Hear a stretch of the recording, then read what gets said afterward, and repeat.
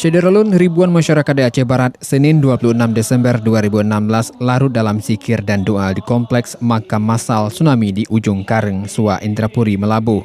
Pantauan serambitv.com, peringatan gempa bumi dan tsunami di Aceh Barat tahun ke-12 dihadiri PLT Bupati dan Rem 012 Teguh Umar, Muspida dan PNS lingkup Pemkab setempat.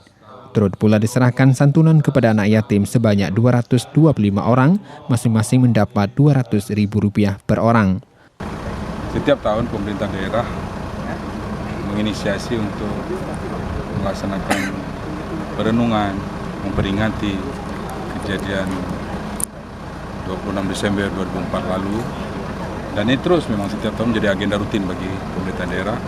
Kan di dalam memperingati ini juga banyak agenda yang kita lakukan, zikir, kemudian doa-doa, menyantuni anak yatim, yang juga sebagian besar dari korban, orang tuanya korban dari tsunami itu. Sementara zikir dipimpin Ketua MPU Tengku Abdurrani dan tausiah diisi Ustadz Nasirin serta diakhiri dengan kegiatan tabur bunga dalam lokasi makam massal tsunami serta kenduri rakyat. Dari Melabuh, Rizwan, Serambi On TV.